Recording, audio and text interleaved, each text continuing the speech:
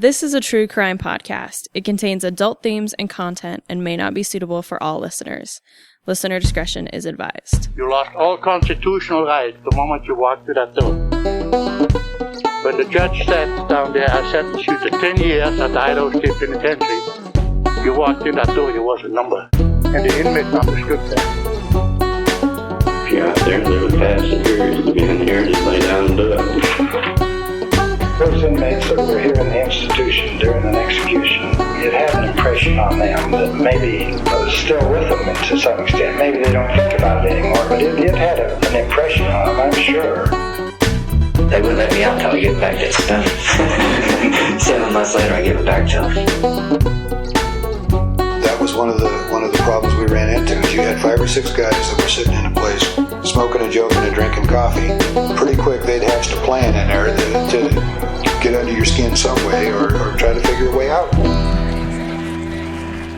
Welcome, folks, to a live episode of the Behind Gray Walls podcast. Oh, no. A podcast about the old Idaho State Penitentiary and the men and women who worked and lived there. My name's Anthony. I'm on stage here with Skye. I'm here. Not like last year.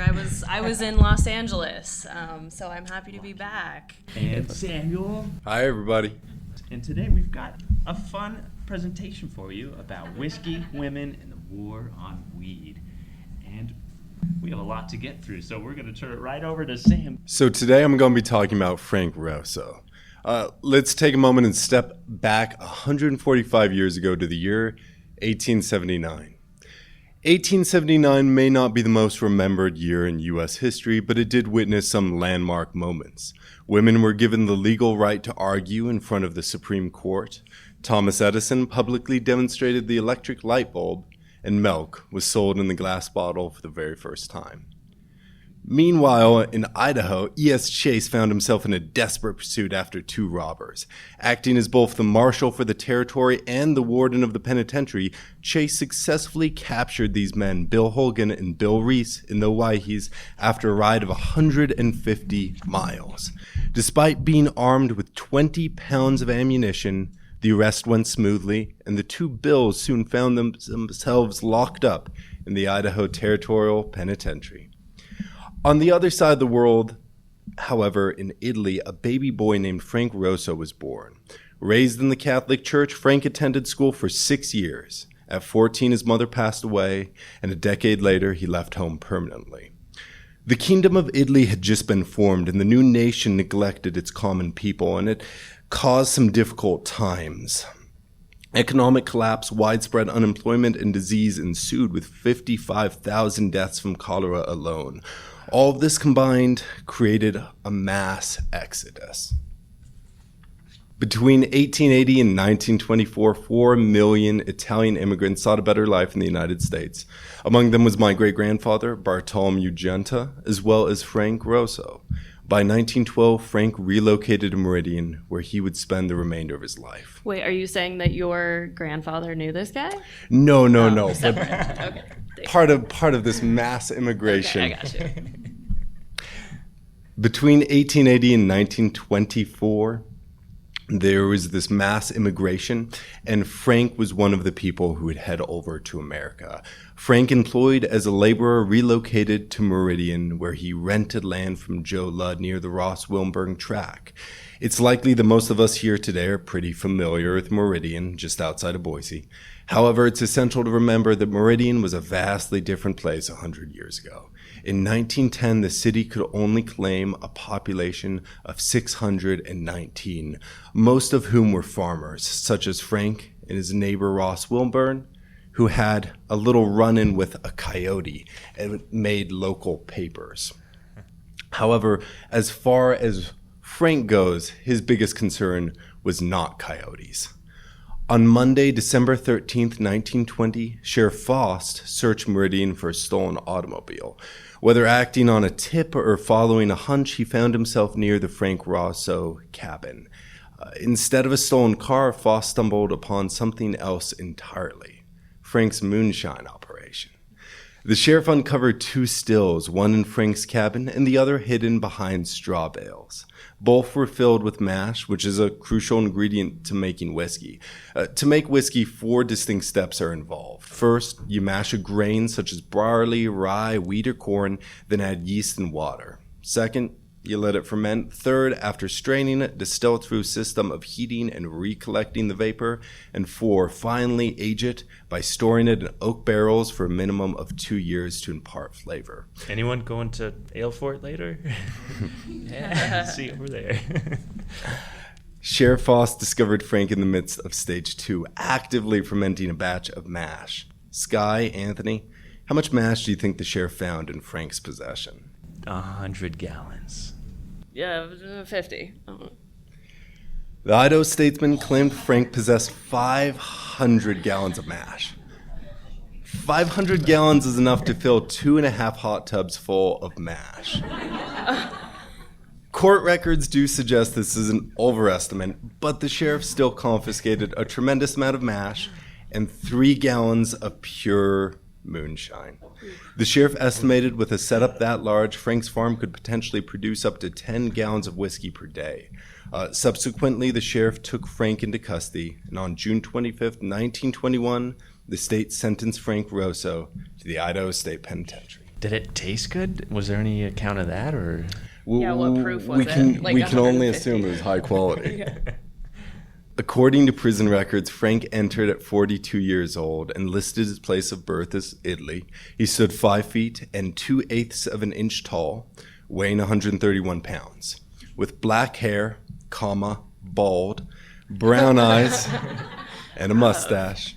Frank's prison record also noted a scar on his hand, forearm, upper thigh, below his lip, and above his eye. Very hairy chest and stomach. Then it lists for the second time, bald top of head. Poor guy. Okay. Frank could read and write, but only in Italian. He smoked but did not do drugs.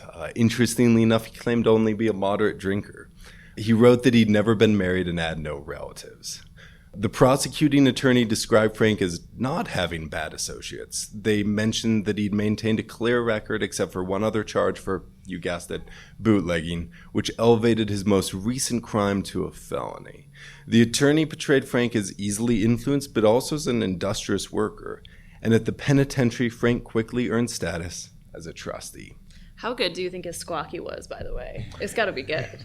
He had some experience. Yeah, he did. This was a career.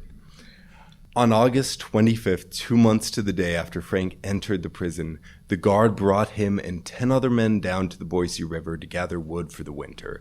Just before 12 o'clock, Frank slipped away from the crew. Guards, realizing his absence, quickly searched the riverbanks but found nothing. Warden W.L. Cuddy shared his description with newspapers and posted a reward of $50, but the efforts were in vain. Frank was long gone. This seems like a good spot to pause the story and go down a little rabbit hole. I know we've all talked about this a lot, but here is my 2-minute crash course on Prohibition history. Prohibition is a multifaceted topic, often misrepresented by Hollywood. Prior to Prohibition, the average man consumed about 9 gallons of liquor per year. In an era where women had limited rights, these drinking habits had detrimental effects on families, leading to financial ruin, the spread of sexually transmitted disease, and domestic abuse.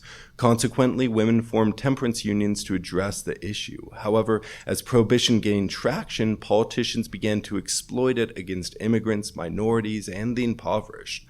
The merging of these goals resulted in one of the strangest chapters in the history of the United States Constitution. Idaho enacted Prohibition in 1916, largely supported by the Women's Christian Temperance Union and Governor Moss Alexander, Idaho's first Jewish governor. 4 years later, the United States ratified Prohibition as the 18th Amendment in 1920. The application of this law brought about unforeseen changes in American culture. For instance, prior to Prohibition, women were often excluded from saloon life. However, with the rise of speakeasies, women became significant patrons, prompting bars to cater to a female clientele.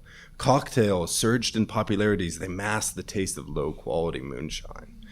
High demand caused the growth of jazz music and swing dancing.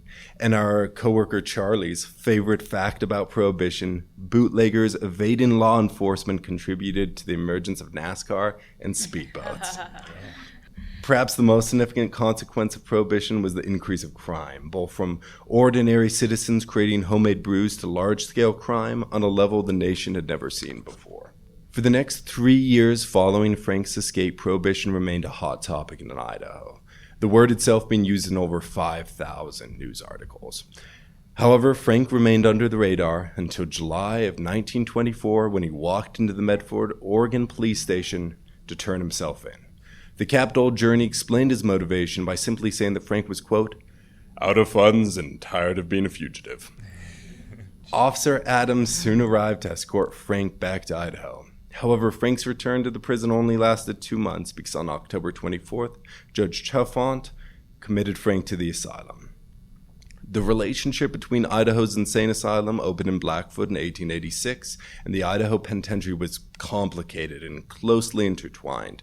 Records from this time period were poorly maintained. Warden Cuddy's notes mention Frank's release from the mental health institution in December, shortly after his arrival, yet further research indicates this not to be the case. If Frank did receive any leave from the hospital, it must have been for a very brief period, as he remained there throughout the decade. Information about Frank's experience in the asylum during these years is limited.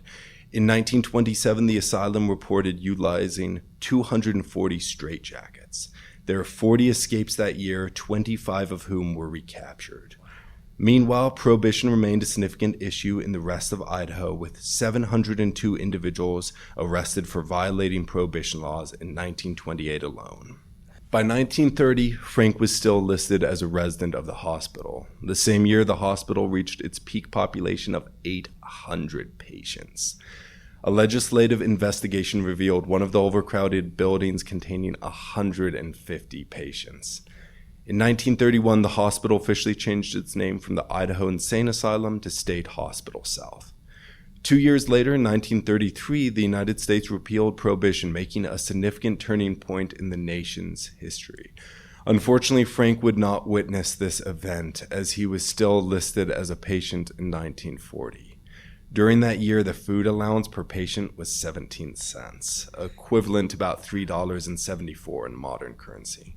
That was the daily, or? That was the daily for all 3 meals. You can even buy anything for $3 these days. That's so little. Especially for those working on the hospital farm. Yeah. Ugh. In 1950, Frank was still recorded as a patient. Most likely during this decade is also when the hospital discontinued its practice of lobotomies. I want to finish this story 64 years ago in the year 1960. 1960 may not be the most remembered year in U.S. history, but it witnessed several landmark moments. John F. Kennedy was elected president, and the Greenbros and Nashville sit-ins helped propel the civil rights movement forward.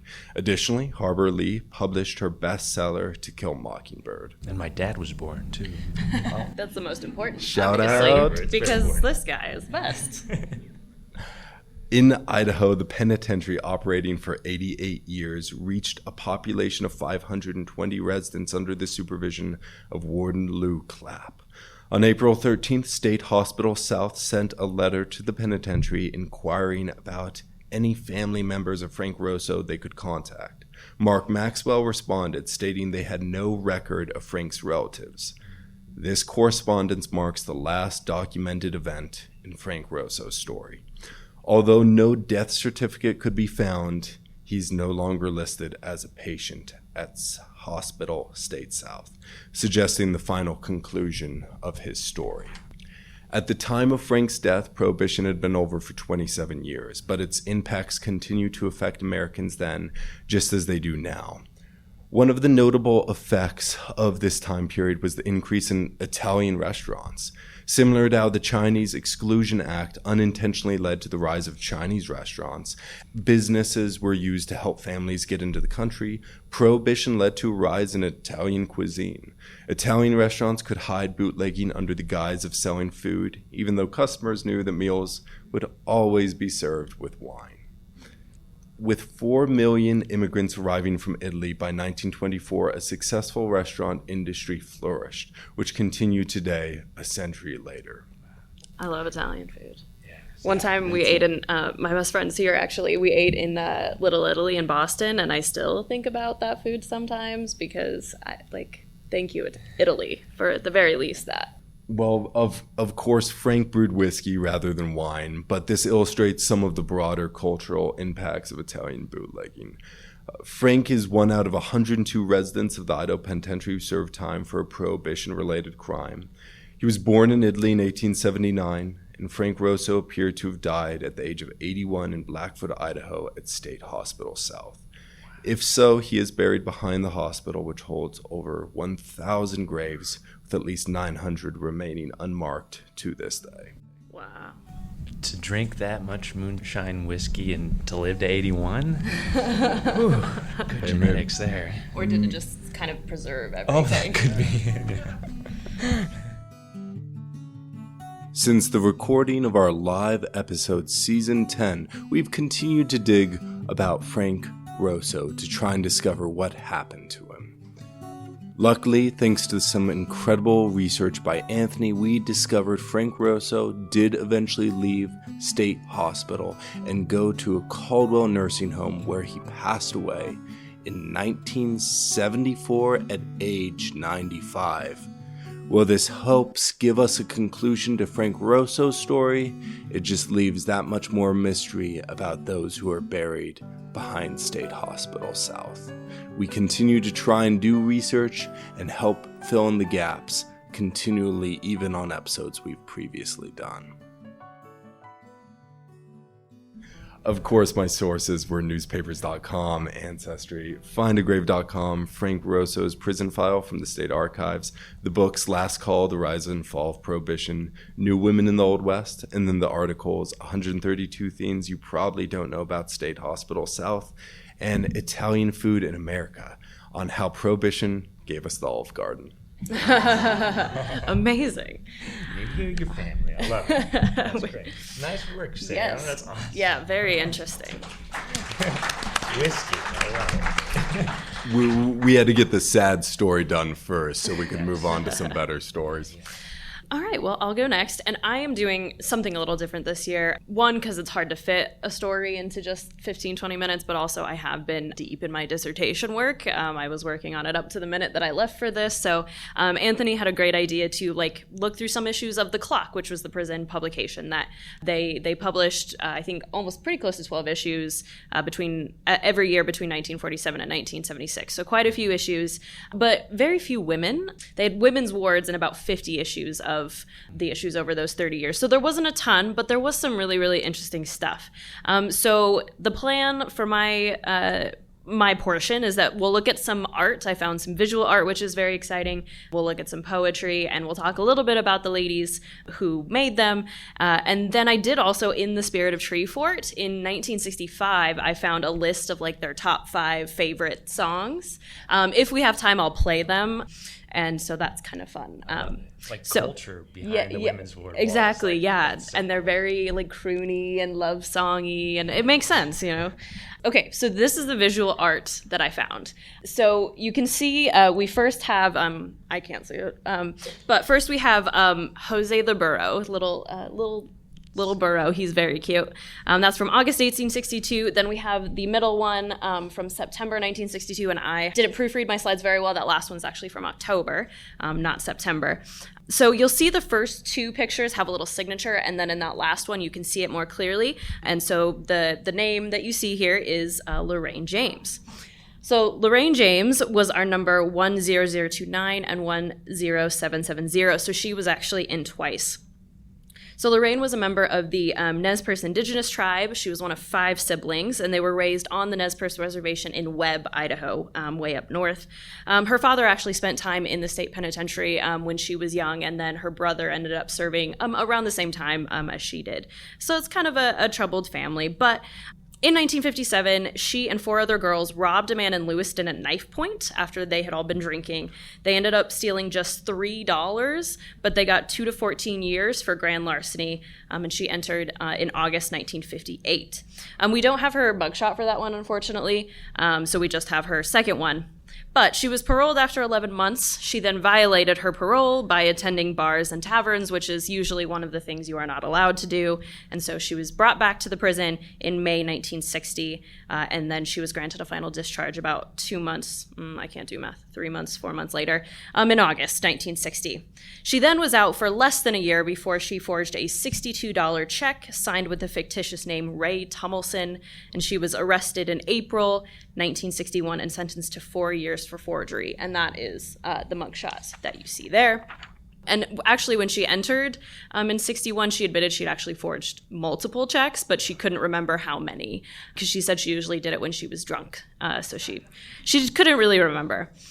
She was then paroled again in November 1962, but then she violated her parole again after she and her common-law husband stole an automobile. Interestingly, her parole officer recommended that she remain under observation rather than be returned to the penitentiary, and so she was actually officially discharged from the penitentiary on November 12th, 1963. So we will hear a little bit from her a little bit later.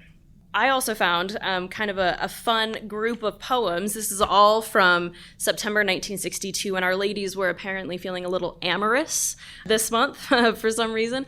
Almost all the poems are about sort of love. So the first one is by someone called Beth, and it's called My Dream of You.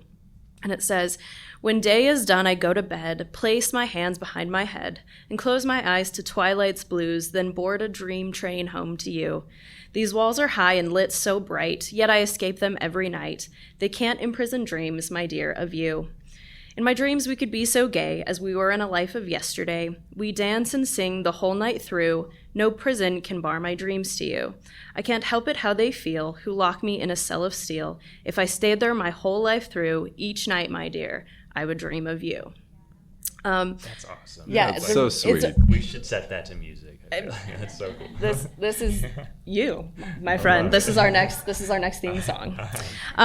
But before you talk about how sweet it is, this is written by number 7610 Elizabeth Lottie Lacey, who, if you are a longtime listener to the podcast, might remember. She is the only woman to be incarcerated at the old Idaho State Penitentiary for first-degree murder after she murdered her husband, which is probably who this poem is about. So take from that what you will.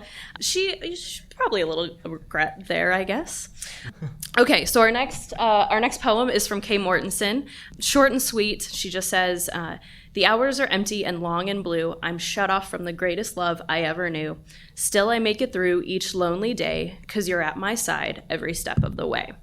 Which is also very sweet. So this is Kay Mortensen. When she was 15, she started hanging out with the wrong group of friends to the point that her mother asked her to voluntarily commit herself to State Hospital South. I couldn't find any documentary reason why her mother wanted that to happen, but she did.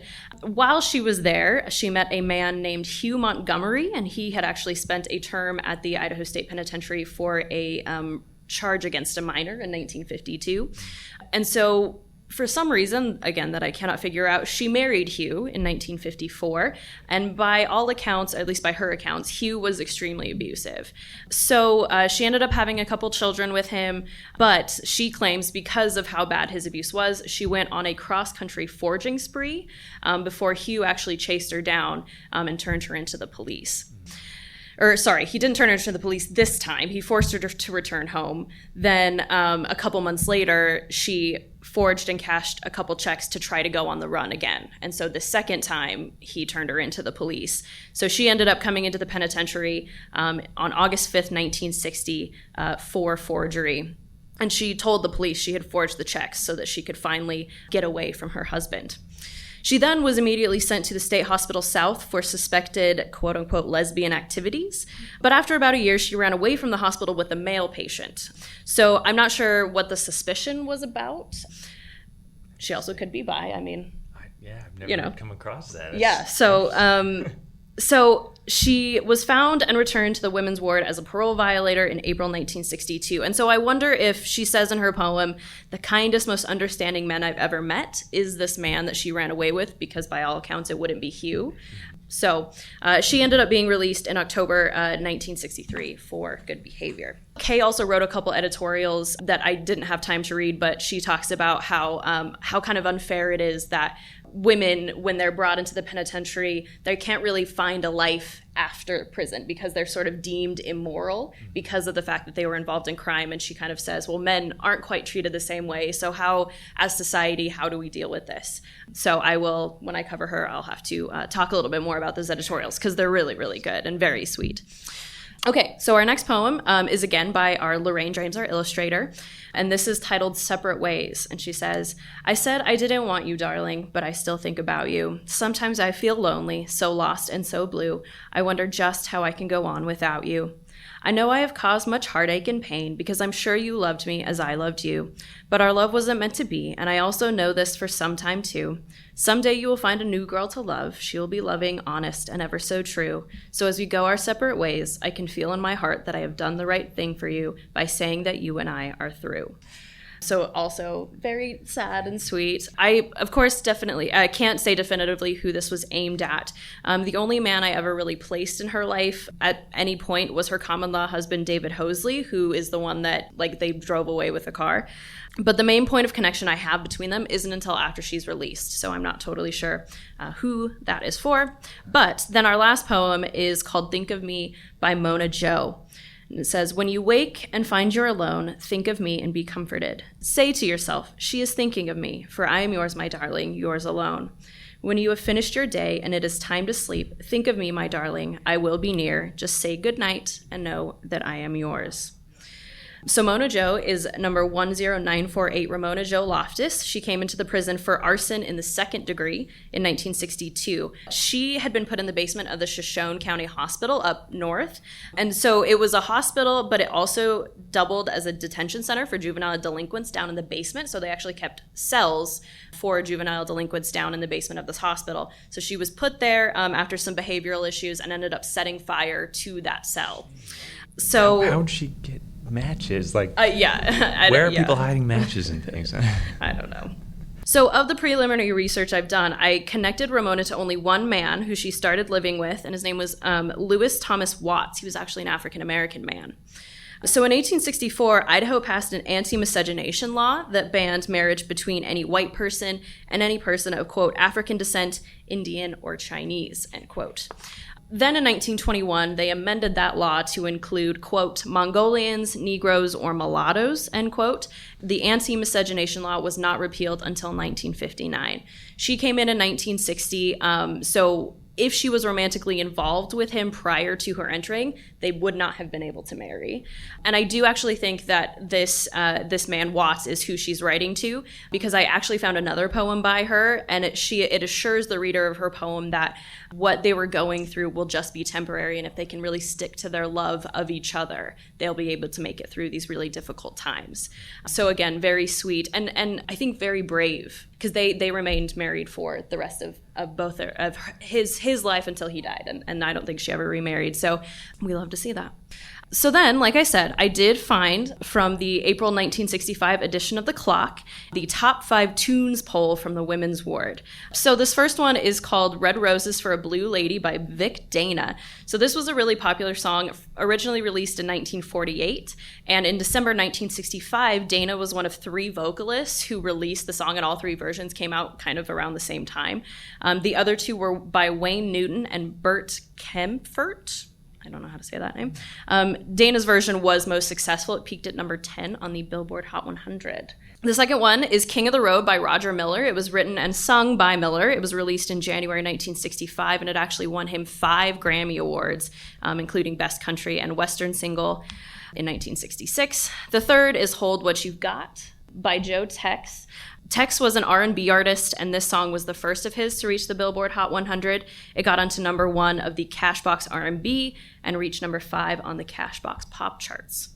The fourth is Lemon Tree by T. Lopez. T stands for Trini. It's a folk song written by songwriter Will Holt based on a Brazilian song. Oh, I meant to ask my dad how to pronounce this. My dad can speak Portuguese.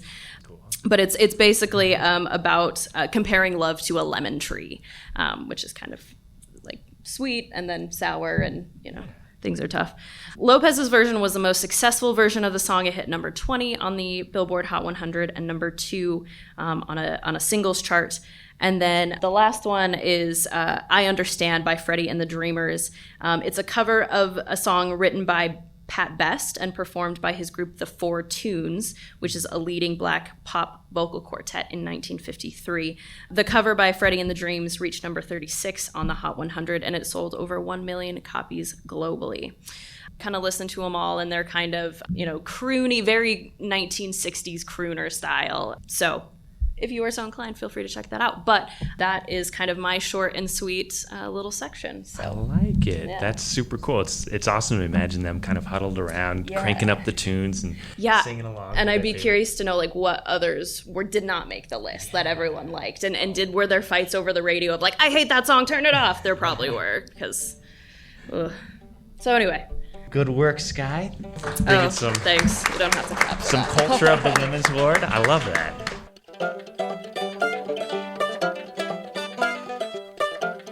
Did the kind of crimes that people were in for change over the period of time that you worked there?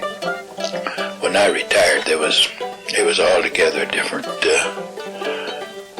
breed of characters, because there got to be so many dopers.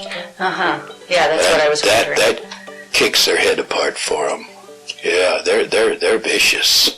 So many of them. Yeah. And when you started, there weren't very many people that were in for those kind of... Once in a while you get a hold of one that, if you got the lacquer thinner open or the glue, the sniffing glue get high, but you try to keep that locked up. But that was, And there were a few that was trying to get heroin in, and then marijuana was getting started. In fact, up there at the old joint one time, the old chapel, which they burnt down back there, that was a pretty building, nice building. They had flowers on each side of the walkway going into it, and the lieutenant started in there to see whoever was in there, or look it over, check it out. Walking up the path and looked down. There they had the marijuana growing in the rose bed. Old Tex got the guy that was taking care of that, and he said, "Hey, you so-and-so," he said, "I want to put down one of them plants on my desk in 30 minutes. And he says, and I counted them. He said, "You better have them all." I just grinned and got him.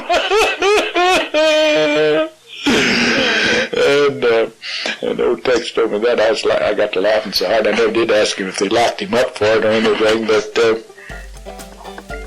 yeah, they're ingenious. They're ingenious. Today I am covering John Doe, pictured here. I actually don't have his mugshot. My source is surprisingly not his prison file. Our government records specialist could not find it anywhere in our state archive.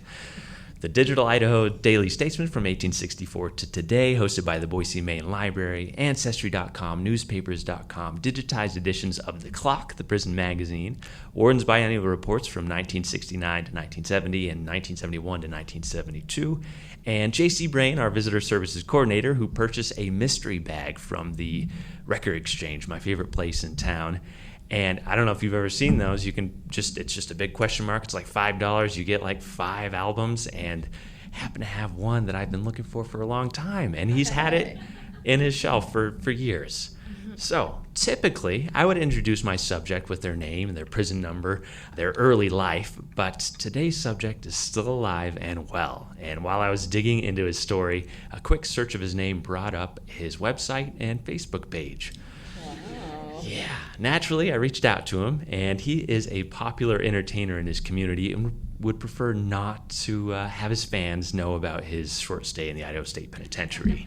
So his email response back was, quote, "At this point in my life, I have a pretty good following here, and if they found out about it, they'd be asking me about it constantly," end quote. So he granted me permission to share his story anonymously, and although his information is publicly available, please, dear listeners, help us protect his identity and his sanity. So our John Doe was born in Arkansas, but grew up in Arizona and graduated high school in Texas.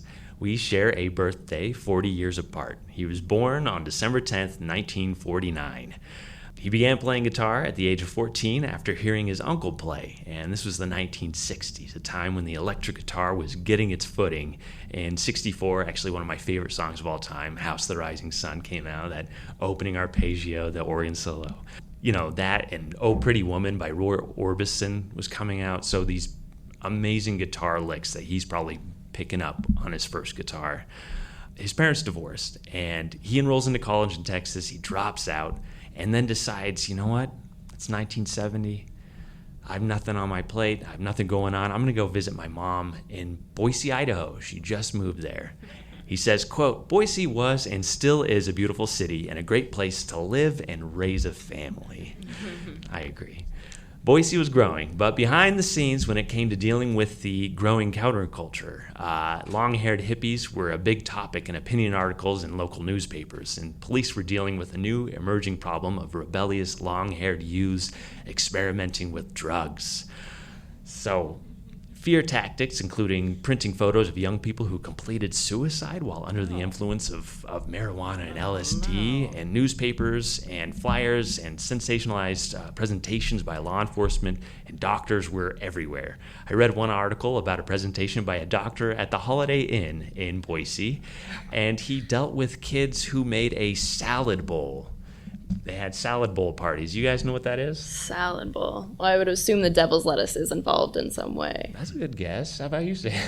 I don't know. So imagine this. These like teenage kids were raiding their parents' pep pills and diet pills and medicines and painkillers. They were all showing up to parties and just dumping them into these salad bowls, and then you just grab a handful, see what happens. Oh my. I was Wait, like, are you saying we shouldn't do that? No, That's no, not a fun party. please. Okay. Okay. Whoever's parents has all the laxatives. That's going on. Wow. Okay, Sam. So never cross you. Everybody's party. got someone. Sam was like, "We have to end this party." Yeah. Like this. So this doctor who's like explaining this at this Holiday Inn, he also said that he had treated kids who shot up, quote, peanut butter and catnip directly into their bloodstream. Wait, can you inject peanut butter directly into your bloodstream? You know, I Skye, would love that. Don't. I would don't. like to be made of peanut butter. My dog would love you. So, obviously, folks in the community wanted to stop their children from participating in these trends, and the police crackdown started quickly. By February 1970, Boise detectives arrested 13 young people through undercover stings. LSD, marijuana, and pills were being sold to undercover agents in Boise homes and on street corners. Our subject was among those arrested. He, quote, allegedly sold unspecified dangerous drugs to undercover agents, end quote. His $1,000 bond was posted, and he was released to await trial at the end of March. He was placed on 4 years of probation and 1 year of jail time for a charge of unlawful sale of drugs. He just needed to keep his nose clean in order to stay out of the Idaho State Penitentiary. I asked him what Boise's drug scene was like in the early 1970s. He said, quote, I guess you could say I was part of the drug scene in Boise around 70. I only liked to smoke pot. I wasn't involved with the hard drugs. In asking what he was busted for, he responded, 6 ounces of pot. In May, Boise Police and Ada County Sheriff's Department applied for federal funds to develop a narcotics vice unit. The unit was developed between the city and the county to make it easier for both police departments to work together throughout different jurisdictions to stop drug and gambling rings. The following month, the application was approved, and 10 men, a secretary, and an undisclosed number of undercover agents were enlisted into the unit, which officially began on July 1st, 1970. Just a week into their existence, the new Vice Squad, with their combined energy and force, made a huge bust. 17 individuals, including 11 adults and 6 juveniles, aged 16 and 17, were arrested for illegal possession of a narcotic drug held for sale or the unlawful sale of an enumerated drug. It was a win for the police and sheriff's departments, but Sheriff Paul Bright noted, quote, "I don't believe we've broken the back of the drug supply system, but we have picked off some people who've been pushing heavily." Later he said, "It's a shame to look at a cute, petite 16-year-old girl and know she's selling dope, ruining her own life and others too. Efforts of the city-county Vice Squad will continue. We will relentlessly press on in our efforts to rid the county of drugs." In November 1970, the Vice Squad targeted Brother Speed, a notorious motorcycle club in Boise. They're still around. After members threatened Sergeant Chuck Palmer, police trailed the club and stopped 15 members at one time, and they were ordered to cite all of the riders on any violation they could find. Ultimately, by that November, they actually did a Saturday night raid and busted 22 members of this motorcycle club for marijuana possession. And they wanted to clean up town, but their actions made them enemies to local dealers and pushers. Skye, Sam, what are some quick ways to make some money? You got any ideas? You can selfie pictures. I personally would not, but I know people who do. Wow. Listen, when you're in grad school, you do anything. I guess so. Wow. Okay. Well. Yeah, I had the humble idea of making bootleg whiskey, but I think you shocked him. You broke me, yeah. Feet pictures. Okay. Well. Again, I don't do it. My feet are gross. I know, I have knuckles on my feet. Everyone throw a grapefruit with my monkey toes. Yeah, totally. So I asked John Doe, and he said, you know, it's funny because the reason I was selling pot was to buy a guitar. So selling pot is the way that you suggest to make fast money. In early December 1970, the Narcotics Vice Squad busted another 11 people, including 3 juveniles. They were all part of this drug ring. And on December 10th, 1971, quote, Vice and narcotics officers from the city-county squad arrested a Boise man on his 21st birthday Wednesday evening on a charge of possession of marijuana for sale. Tom Taylor identified the subject as John Doe, address unknown, adding his case is unconnected with the dozen arrested in Boise registered Tuesday for drug possession and sale, end quote. So our John Doe was busted again. This time he was facing some serious charges, but he wasn't a member of this big, dangerous local drug pusher ring.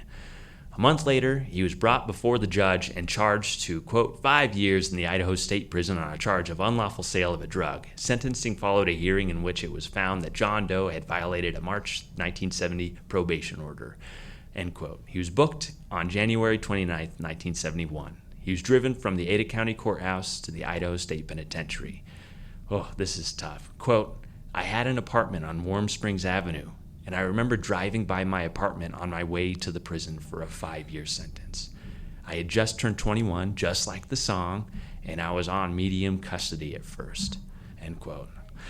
Like I said, unfortunately, we do not have his file at the Idaho State Archives, but based on the time period in 1971, he was likely in Fish Row in the south wing of Four House.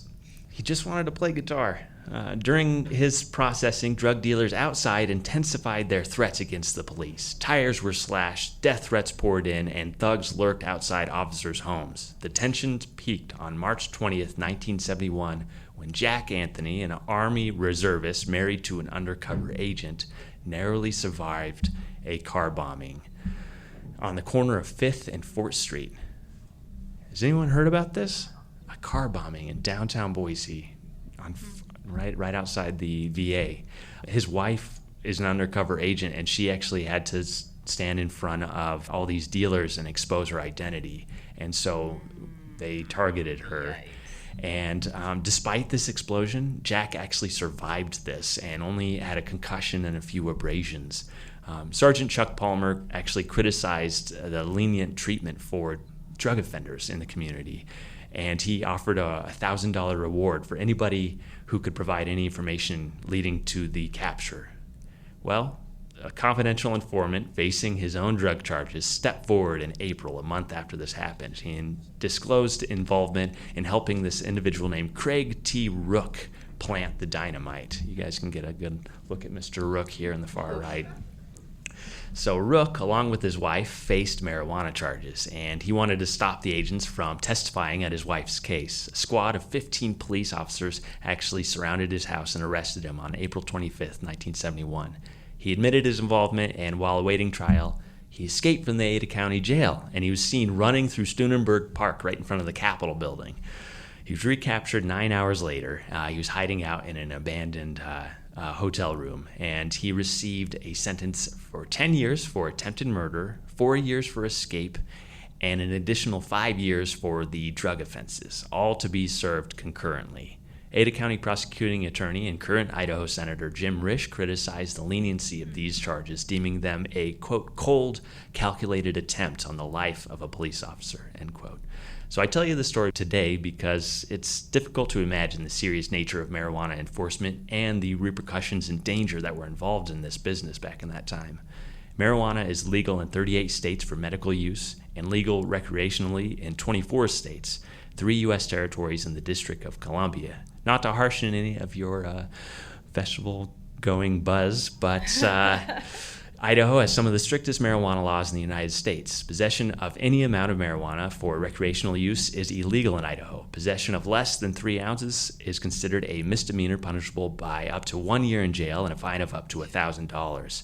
3 ounces or more is considered a felony, which can result in a prison sentence up to 5 years and a fine of up to $10,000. Additionally, any sort of cultivation, sale, trafficking of marijuana is also illegal in Idaho and can result in the severe penalties, including lengthy prison sentences and hefty fines. So, back to John Doe. While all this is occurring outside the walls, our John Doe was learning of the new routine in prison. He got a position working in the office. Quote, I worked in the office with Sally Clapsaddle and Vonda Huddleston. Those are amazing names. I know. Why I remember their names is surprising to me. I was like, those are amazing names. I totally would remember them too. While he did his time, he requested access to his guitar just a few blocks away down on Warm Springs Avenue. Quote, there was no music equipment there. They let me have a guitar. It was mine, end quote. From that day forward, our John Doe's journey to become a professional musician started. So this is the image that actually turned me on to this story. It's on page 2 of the April 1971 edition of the Old Penn's prison magazine, The Clock, and the image displays a young man sitting down on a stage in the chapel, plucking away at a guitar with a microphone in front of him with the title, On a Hill, Far Away, Music Matters. Quote, recently the city's entertainment scene was captivated by this youth. He is 21-year-old John Doe, an extremely talented singer and guitar player. His music has been lauded by everyone here who has heard it. Doe, however, faces a problem with his music. He says he would like to find some way to prove himself that he is good enough at it to become a professional entertainer. To date, he admits he has been traveling in circles in search for this. Now that he is here, he hopes to find what he needs. He joined the prison's band, the Soul Unit, and they staged a 3-hour show in the chapel not long after this, which held up to 100 men, all incarcerated men, watching this prison band perform. 3 hours of music, too, and like just months into his incarceration. It's pretty cool. 2 months later, in the June edition of The Clock, an article titled Musician Creates Hope documented that John Doe and a man named Mike Sanchez, who I will definitely cover in a future episode, were actually teaching guitar to other prisoners. And, just go to Mike, ask him for guitar lessons, show up, and they would teach them. They also talked about the start of a battle of the bands. Oh, nice. How cool is that? Sam, can you write it down? This is going to be a new Old Penn event, Battle of the Bands. So, prison authorities agreed to let the prison JC organization create this competition, which judged appearance, stage presence, and the variety of the performance. And first place would receive $10. Second would receive $7 on the books. And 7 groups ended up signing up. John Doe and Mike Sanchez actually performed the opening and the intermission. They played For the Good Times by Ray Price. John Doe played the Beatles' hit Two of Us, one of my favorite songs.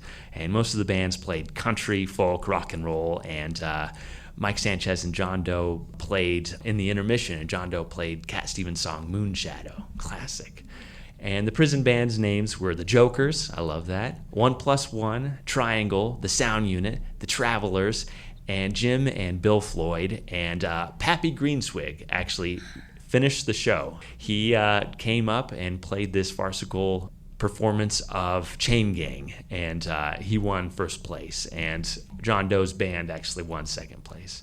The show was brought to a close by Mike Sanchez and John Doe performing Bye Bye Love, Heard It Through the Grapevine, and the Work Song, in which the prison audience was invited to clap. Quote, "The chapel is still resounding with the clapping rhythm of the audience," end quote. So I asked him if he still had this guitar in the picture, and he doesn't. When asked about the photos of him performing in the chapel, he said, quote, "I don't remember the Battle of the Bands or why I was sitting down. That was weird, huh? But I think we got to get together in the chapel in the evening sometimes to jam and practice," end quote. So any listener to the last season may remember Warden Raymond May, who enacted several very progressive programs, and his focus was to reduce recidivism. And there were a lot of college courses that were being offered, and a $12,000 grant was actually allotted the prison in 1971 so that prisoners could take up to 2 college courses at the time. John Doe, he's young, he's a first-time prisoner. He enrolls, and in 1971, later that year in September, they do an interview in this story that's called "It Comes to a Season of Tragedy in the Prison," and this roving journalist in the prison yard set the scene. Quote, "Probably the most popular play here is titled I Shouldn't Be in This Place, written by nearly every city resident. And what makes the play great is that it is a reflection of realistic truth.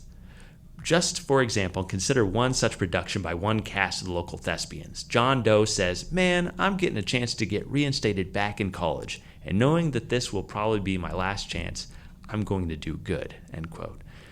That month, he did. He enrolled, and quote, "When the fall semester started at BSU, I got to go to school.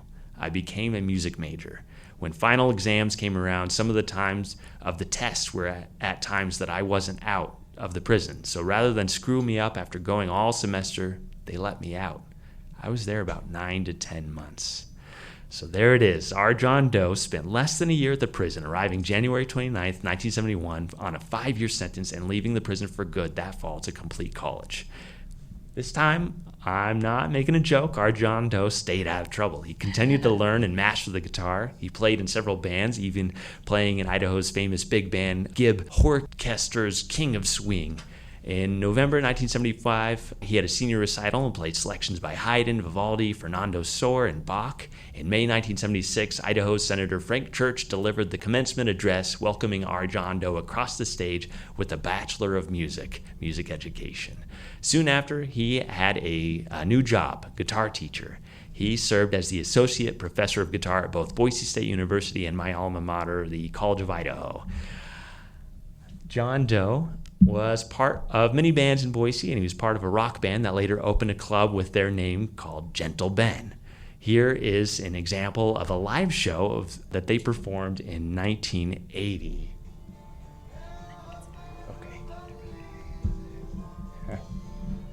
So that is him on the far left, the only guy without a hat on, with the big hair.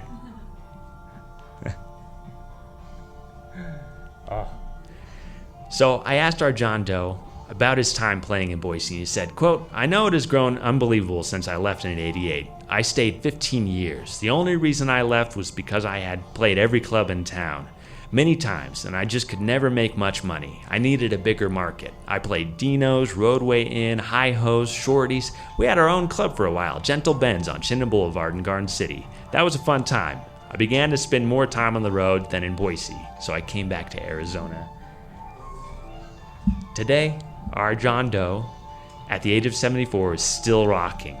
He leads a popular band in his hometown and plays most nights of the week. I'm extremely grateful to him sharing his story, and despite his time in the prison, he has been able to tour the country and live his dream of being a professional musician. The act of creation, whether it be music, art, poetry, bootleg whiskey, a podcast, anything is liberating.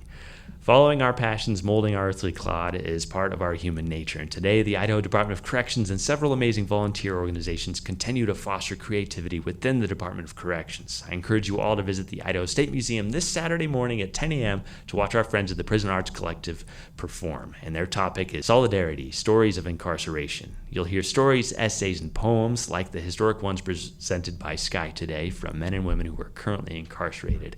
And if you come to the Old Pen, you get $2 off your admission or 15% off your gift shop. You can buy a new Behind Gray Walls t-shirt. So that is our John Doe. Yeah. Very cool. That's very cool. Yes. Woo. Thank you, everybody. Yeah, good job, Anthony. Good job, Skye. Thank you. Yeah. Well, following us on stage today is Wildflowers and Weeds, along with Hello Cruel World, who will be discussing a music genre very close to my heart. If you want to hear about vintage Americana, country folk, please stick around. Give them the same love and support you all have given us today. Thank you all. And remember, do your own time. Do your own number. Yeah. Happy Treefort.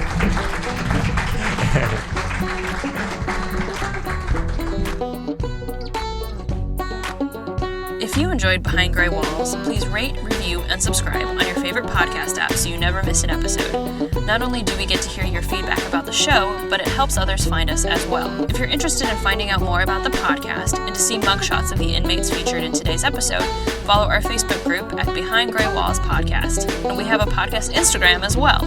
You can find us on Instagram at Behind Gray Walls Pod.